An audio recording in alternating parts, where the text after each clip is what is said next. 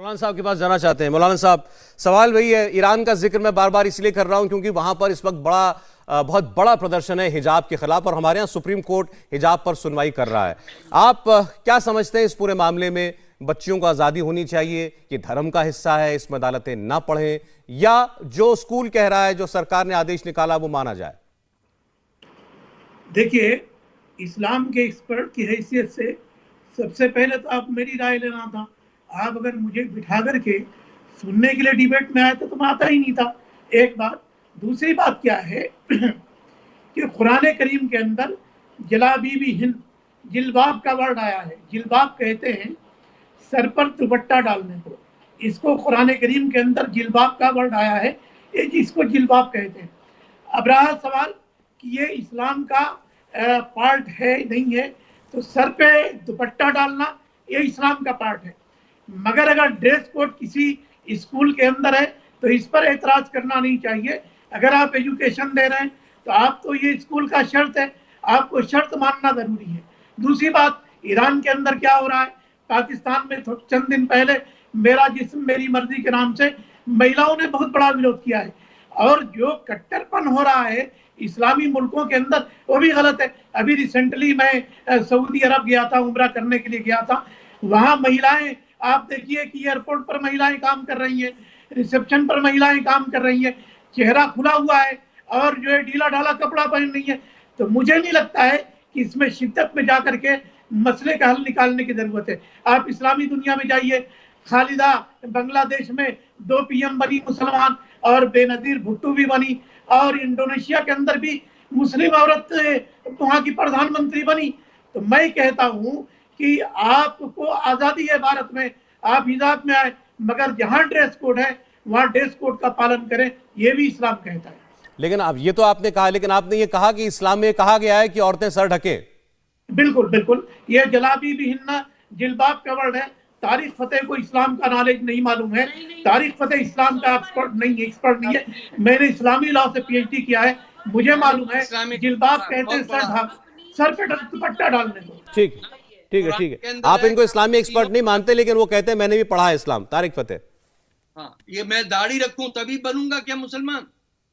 ये क्या अपने देखिए, आप जाति किसी पे तनकीद मत करिए, आप अपनी बात करिए। नहीं, उन्होंने आप पर, मौलाना साहब उन्होंने आप पर कुछ नहीं कहा। बोलिए तारिक साहब, अपनी बात बोलिए। मैं आपसे सीधी बात है, कुरान हर एक ने पढ़ा हुआ है, उसके बगैर तो मुसलमान होगा ही नहीं। हाँ, और जब ना आपकी जबान अरबी ना मेरी जबान अरबी, दुनिया की 50 जबानों में ट्रांसलेशन हुआ है।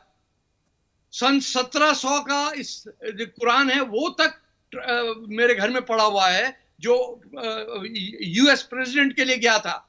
18 कुरान हैं मेरे पास पड़े हुए, सब ट्रांसलेट हुए मुख्तलिफ जबानों में। कहीं एक जगह नहीं कहा है कि सर या बाल को ढको, उसमें साफ लिखा है कि अपने सीनों को। जिलबाब का वर्ड है, जिलबाब कहते हैं सर पे दुपट्टा डालने को। आप पढ़िए, ऑक्सफोर्ड डिक्शनरी में आप जाइए, आपको नहीं मालूम है, जिलबाब कहते हैं सर पे दुपट्टा डालने को। अच्छा, ठीक है मौलाना साहब, ये बात आपने बार बार कही, जरा उसका जवाब तो ले लूं मैं। ये वीडियो लिंक पर है, इनकी आवाज दब जाती है जब आप बोलते हैं। इनकी बात सुन लिये, फिर आप बोल लीजिएगा।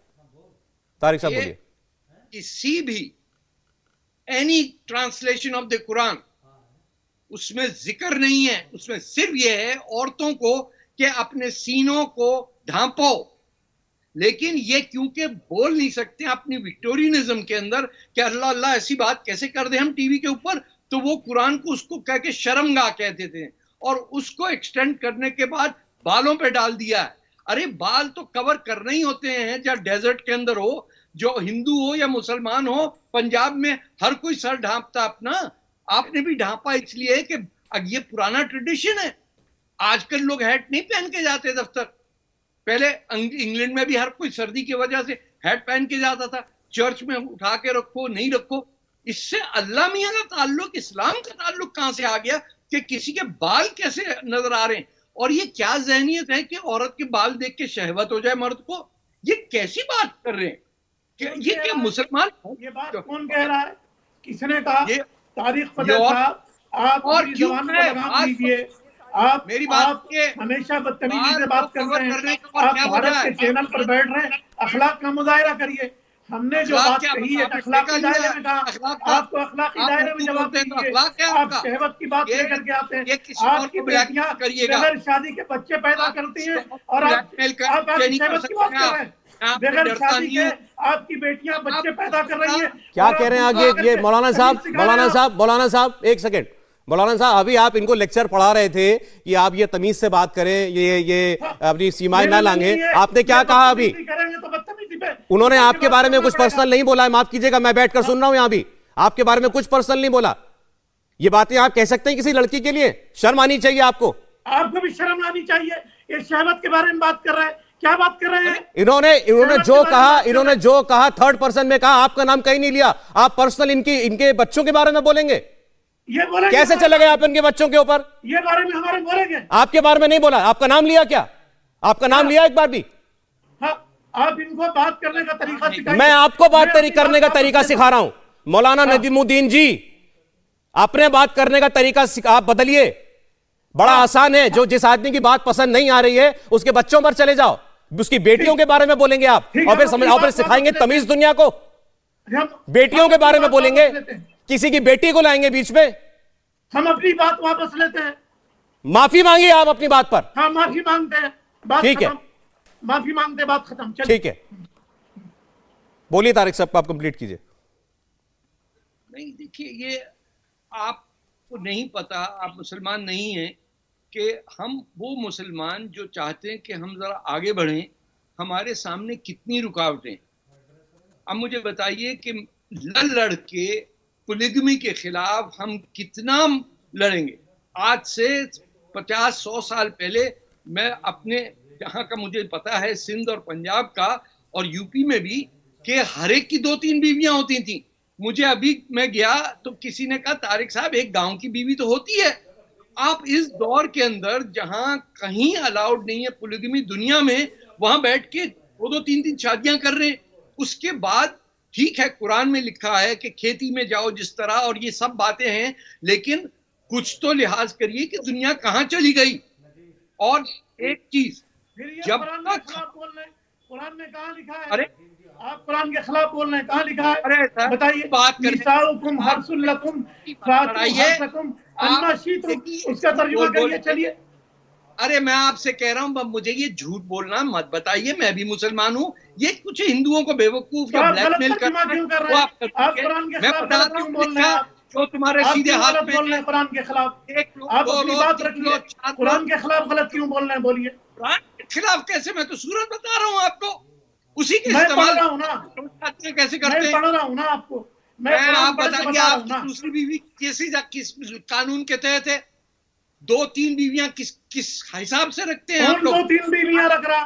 कुरान कहता हाँ? अगर तादिलू, तुम इंसाफ कर सको तो। आज तो कोई रखता ही नहीं है। अरे तो हम है इंसाफ ना। कर ही नहीं सकते। उस जमाने अरे में, क्या जिस बात जमाने कर में रहे हैं? कसरत से लोग बीवियां रखते थे, उस जमाने अरे की बात आप हो रही। क्यों रखते आज के हैं? दौर की बात तो नहीं हो रही।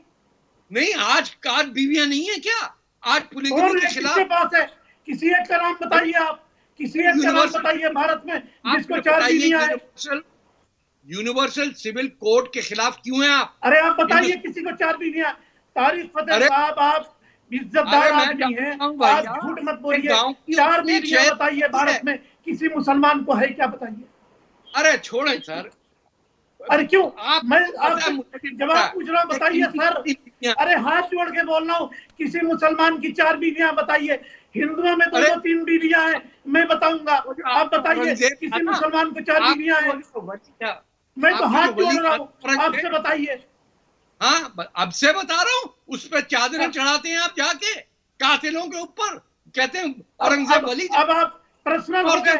आप पर्सनल हो गए। सौरभ जी, पर्सनल? आप इनको औरंगजेब की बात होने कर के रहा लिए हूं, कातिल बोलिए। की। मैं जब पर्सनल हुआ तो अपने मैंने भाई माफी की मांगा। मदद अब ये की। पर्सनल हो आपका रहा हीरो है। है। मैंने किस आतंकवादी पर चादर चलाई है?